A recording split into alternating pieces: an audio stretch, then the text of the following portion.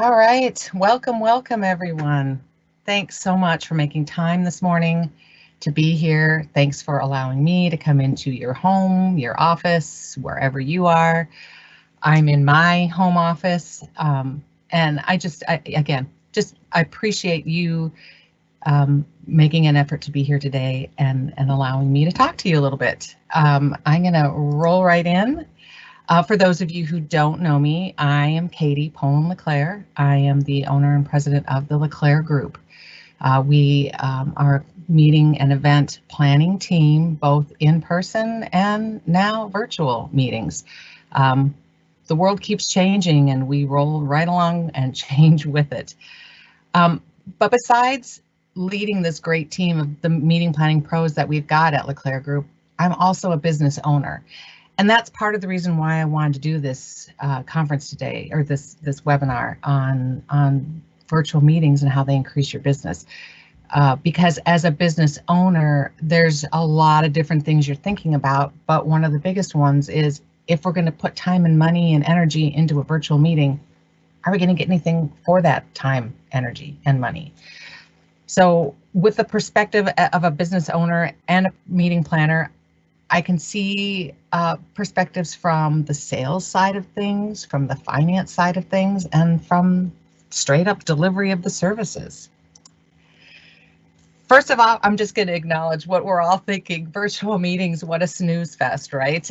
I mean, we've all been there, done that over the last 10 plus months. There's been a lot of meetings that we've attended online. Some are really engaging and they rise to the top, and some are not so much. For me, the thing that I think is most important about any of this, when we're talking about meetings, virtual meetings, events, even in-person meetings, the whole point of it really is people connecting. And what we get with virtual meetings and events is a chance to use our creativity to connect people and create better relationships. So I made this list of things. There's the opportunities, the ways that you can do virtual meetings are limitless. It's really only limited by your own creativity, your business, your group, whatever. So you can see here, trainings, workshops, trade shows, membership drives, entertainment, awards, concerts, celebrations. I think we've seen so much of it. Sometimes I think people get a little bit intimidated. Oh, we can't do that online. We'll just cancel it and we'll wait till next year. But again, if we're going back to, are we connecting with the people who are in our circle? If it's our employees, if it's our customers, if it's our vendors, how do we connect with them and not keep everything on hold until the pandemic ends or until we can meet again? So again, virtual meetings and events are the answer. The biggest thing too for me is virtual meetings are the how we gather, how we connect. But then there's all these other pieces, kind of like the old journalism approach, right? Who, what, when, where, why. So who can be, if you're a business, it's your employees, it's your customers. Maybe you're a nonprofit and you need to reach your members, those people that you serve. Maybe you're an association, again, trying to reach other organizations and bring them together. A manufacturing company, you might need to be talking to your vendors, your suppliers, clubs and organizations, fraternities, sororities. There's no reason that you can't be doing Rush online. And certainly we've seen organizations do fundraising, have their annual awards dinners. So there's all those who's, and then the whys, of course, are limitless as well. I've kind of already gone over that. And then the what's I had on the last slide, all the different ways and the different types of meetings and events that there could be. But the when gets really important and so much more flexible when you're doing an online meeting or event, because you can do it in the middle of a snowstorm, You can do it in the morning, the afternoon. You're not limited. You can do 30 minutes like we're doing today.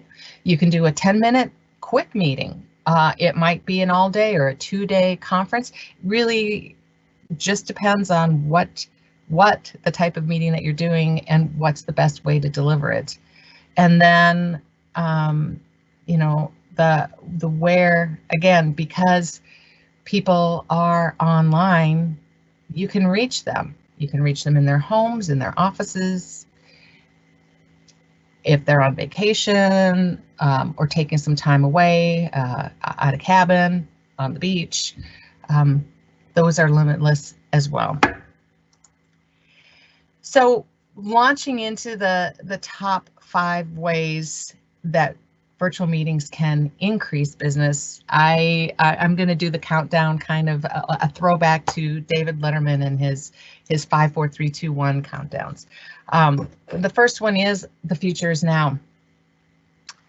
I mean, we're 10 months into this pandemic. There are some small meetings happening in person, but a lot aren't. And the state of the world, the state of everything has forced us to get creative, has forced us to find ways to connect, despite what's going on. And that's awesome. So again, you'll hear me say it a lot today, but I think connecting with people is the number one thing. And being online makes it easy to attend from anywhere. I can think back to times when we've had meetings, even if the meeting was in Florida and there's a snowstorm hitting the East Coast and the people from the East Coast that are supposed to be flying down to Florida can't get out because they're snowed in. That no longer, that gets erased. It's no longer an issue. People can attend from anywhere. So again, another great thing, flights. We have a client who is a nonprofit. They have mostly always been focused on just the state that they're in. But now that they're doing online trainings and conferences, they can reach people who are in the same types of organizations but in other states. And if their content is compelling enough, people can attend from anywhere, which is amazing. Then the reach gets so much bigger. There's not the restriction of, well, yeah, that's, in that state, but I live, 1,000 miles away. I'm not traveling there. Now you can. So it opens up a whole lot of possibilities. And along with the straight up virtual or online meeting, there's going to be hybrid options. And when we say hybrid, we mean it's a combination of virtual and in person. So you might have some people there at a location sitting together in person, but because we've now become accustomed to having virtual meetings and attending virtually, there can still be people that are able to attend your meeting or event virtually. So you're still increasing your reach, which is awesome. On demand and evergreen content, that's another big one. So we've been doing it. Some of the webinars or courses that we've offered this past fall, we have recorded and are offering online. We have done the same thing for some of our clients. It's a great way. You do it once live, once in person, and then you can continue to reuse that information over and over and over again. So recording that that virtual meeting, whatever. It's a great way to keep it and continue to use it. I mean, you put the time and the energy into doing something live like what we are doing today. So why not record it and use it in the future? It can be something that's part of a registration fee.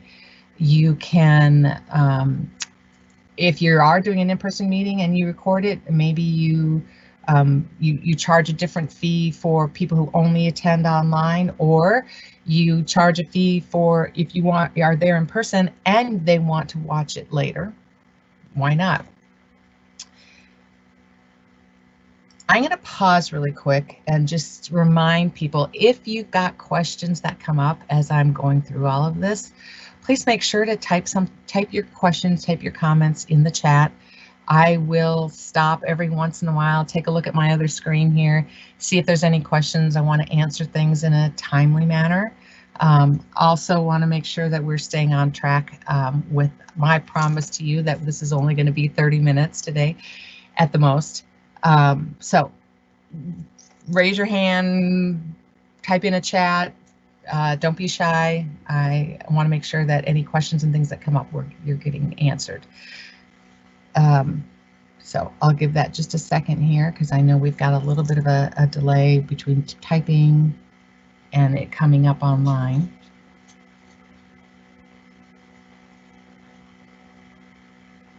Okay, so let me jump into number 3 about virtual meetings and increasing business. It gives you a greater reach and increased awareness. So I touched on this a little bit earlier. Again, how you can reach more people outside of your geographic area, outside of your specific organization. It's the options are endless, and this is such a great opportunity for creativity.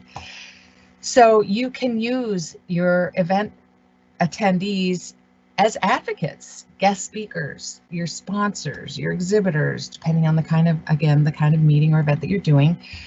The promoters, the attendees, they can be your event's biggest advocates on social media, word of mouth in their office, in their communities. So make sure you take advantage of that because that's a gold mine right there, using the people that have already are interested, have bought in, either literally bought in or just bought in by agreeing to attend. They're going to be a great asset to you. There's another option, depending on the kind of business, depending on the kind of event you're doing, paid ads. You can create a campaign that's specific towards the goals that you want to reach, and paid ads can help you, again, increase the awareness of your event and reach more people, get a bigger audience. Another way with your reach, and I'm getting into the weeds a little bit here, but just again trying to help you think about the creative ways that you can use your meetings and events to reach more people. Hashtags. So again, going back to the first one when I talked about social media, hashtags can boost your organic reach for your upcoming event. So when you're posting on social media, whatever that might be, LinkedIn, Instagram, Pinterest, again, depending on your event, using hashtags help your post go into those channels and those pages. And there are people that, for example, we've had some with, I'm trying to think of like off the top of my head here. If you're doing, say you're a garden center and you've been doing some online tutorials to try to reach your customers and potential customers. So if you're doing a hashtag that's green plants or growing better plants, whatever, you get the idea. And I know that most of you are pretty savvy with this, but using those hashtags does help you boost your reach and get it out to more places. And then you, again, are having shareable content. So you can take the things that you've done online, you can do little sound bites that you share in other places. Maybe you've got your company or your organization has a YouTube channel. It's taking it once and repurposing it and getting that awareness out there and reaching more and more people in your audience. So we do have a question. Let me look real quick here.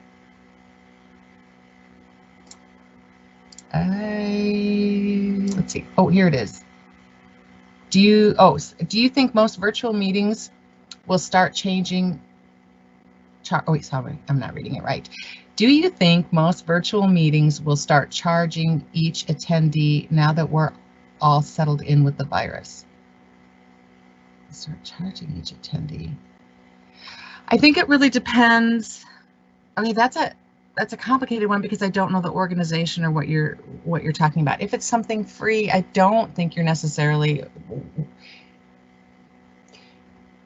going to charge for something that you've been doing free. It really depends on what was your whole purpose, going back to why you were doing it to begin with, who you were trying to reach.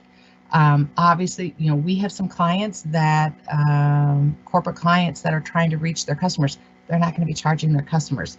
So you have to really look at that, again, from a strategic standpoint and say, why are we doing this? What was the whole purpose? Can you monetize it? Of course you can monetize it if it makes sense for you. Any other questions right now? Nope. Okay. All right. All right, let me jump on to number 2 as we do the countdown. Build your email list and know your audience. So as you can see, this is all interrelated. All of these things are interconnected. But when you're offering online events, you are building your audience, you're building your reach, and you're building your email list. So if you are a marketing team and you're trying to grow your base, that's another great way to do it. There's a lot of talk, and I don't want to get too far into the weeds on social media and marketing aspects of it, but they talk a lot about how email lists are something that you own, whereas on social media, even if you've got 100,000, 1 million followers, the algorithms on social media are such that oftentimes only about 6% of your followers are actually seeing your posts. With an email list, as most of you know, especially those in marketing, with an email list, you are at least making sure that that is getting into their inbox. There's still are they opening it or not, but you're controlling who receives, and you can even adjust emails and the messaging to go to certain segments of your audience and of your list. So again, building those email lists, knowing your audiences, higher attendance.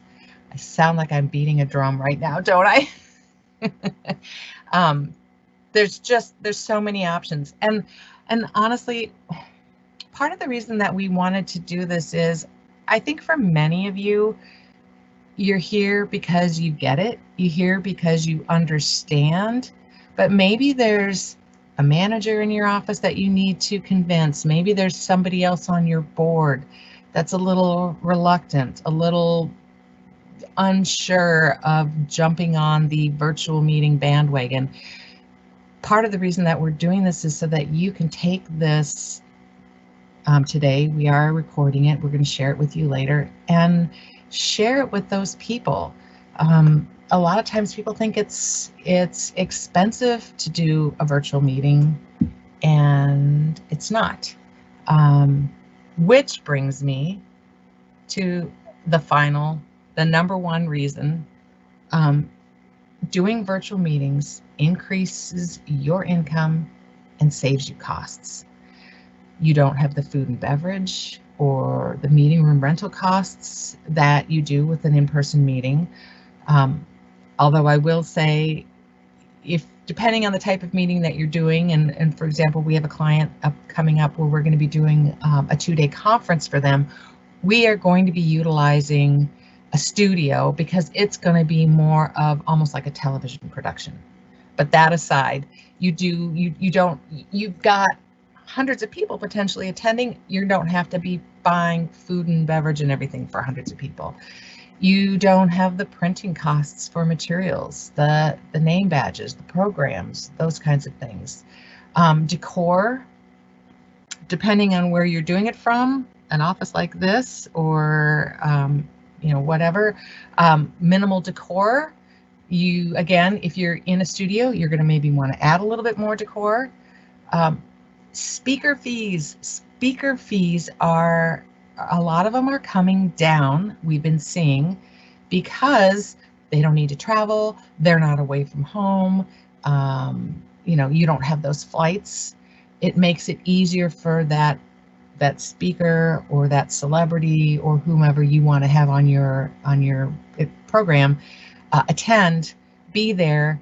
They're still getting some income, but they're not away from their home and their other activities for as long a period of time as they would be if they had to come in person. So all of these things combine for lower costs. And with sponsors and supporters, for those of you who are doing events, again, like we have a nonprofit client that gets, when they do their annual conference, they have people who are in affiliated organizations who sponsor or support their conference or their endeavor. It gives those organizations a better return on their investment. You're getting dedicated screen time. People are seeing the logos, whereas if you were at an in-person event and you had the let's say a board with all of the sponsors listed on there, well, people are walking past, they're not necessarily stopping, pausing long enough to look at all of the speakers and sponsors. I see we have a few more questions here, so let me get back over to those. What attendee interaction tools have you used that have the best response and give you the best results? Boy, there's a lot of different interactive tools, and we could do a whole other, and we probably will do more webinars like this to really get into the nuts and bolts of producing. There are polling, there's graphs, we did one where they did a word cloud. They invited everybody to interact, type the word that they were feeling for that moment or their response, and you're getting word clouds. That interaction, thank you for that question, because that also really brings up something that's very important. To avoid a snooze fest, you want to make sure that you are interacting with your participants in some way. Especially adult learners, they like to share their expertise, they like to be asked, and if you're doing things that require them to respond or react, they're also going to be focusing on you and maybe not doing so much of that multitasking that is easy to do. Have the video up or the program up on one screen, but be answering emails, and so then you're really only half listening, if even, on the other. So interaction is a huge way to keep people engaged and get a better outcomes for everyone.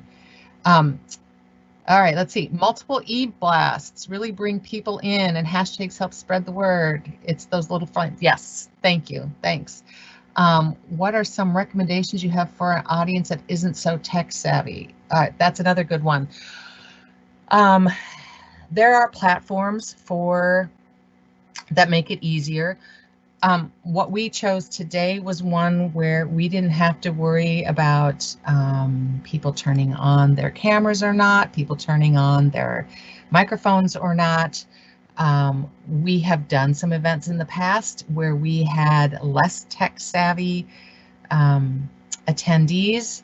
We also provide, we always make a point of this, having live contact. So if you are not so tech savvy and you're getting frustrated because you can't get logged in, we've got a phone number that you can call and get a real live person to help you. Let me jump to this. I'm going to keep answering questions here because I see some other comments. We had a speaker tell us she charges $50,000 for a couple virtual hours. I couldn't believe it. We were clearly in the wrong business. Yeah, I mean, there's people that pre-pandemic for in-person events were charging 100,000 plus. It really depends on who you're reaching out to, who those speakers are. Yeah, 50,000 is a lot. There's also a lot of really good people, presenters, speakers, professionals, who, because of the current situation, are charging less. Yeah, somebody else made a comment about breakout rooms have been great for interacting with customers. 100%. We're doing a retreat coming up, a writer's mom retreat, and we'll be having, general sessions, but then we're going to be breaking them into smaller groups so that they have a chance to get to know. Like, this is a retreat that's going to happen over 4 weeks. It gives them a chance over the course of those 4 weeks to interact with, to talk with, and develop relationships with the people that are on in their small groups with them, those small cohorts. So in the end, as this last image shows you, it's about going from people sleeping on their desks to standing up, being engaged, being enthusiastic, and appreciative for the time, the effort, the energy that you put into whatever virtual meeting or event that you've done, or hybrid when we can go back to doing that. I'm here to answer any other questions. I know we've covered a lot already, so I'm going to skip over this slide really quick, and I want to do a special shout out to the LaClare Group team. Not only the 5 that you see here on the screen right now, who are our core employee team, and they're the reason we exist. They're the reason that we are successful. And in addition to these 5 core people, we have an amazing group of meeting event professionals that work. We call them trip directors. We have some great vendor partners. So besides the 5 core people of the LaClare Group team that you see here, we've got so many amazing people, teams, vendors, suppliers that are instrumental in helping us bring the best virtual meetings and events and in-person meeting and events to all of you. So I want to shout out to all of these people. And as I wrap up with 2 minutes yet to go, because I do want to respect your time today, just remember, if you enjoyed today's webinar, if you have questions, if you want to continue the conversation, reach out to me. I'm happy to spend some time talking to you, brainstorming, giving you ideas and suggestions. Of course, we'd love to see more business. We'd love to help you bring your meetings and events, your virtual meetings and events to life. But most importantly, I want to see you and your organization succeed. So if there's something that I can do by spending a little bit of time talking to you, giving you some suggestions, giving you some advice, steering you to, great sources, that's what I'm here to do too. So really, thank you. Thank you for your time today. Thanks for putting your trust in us. Thanks for your attention. And I'd love to continue this conversation with you in the future. Thanks so much, everyone.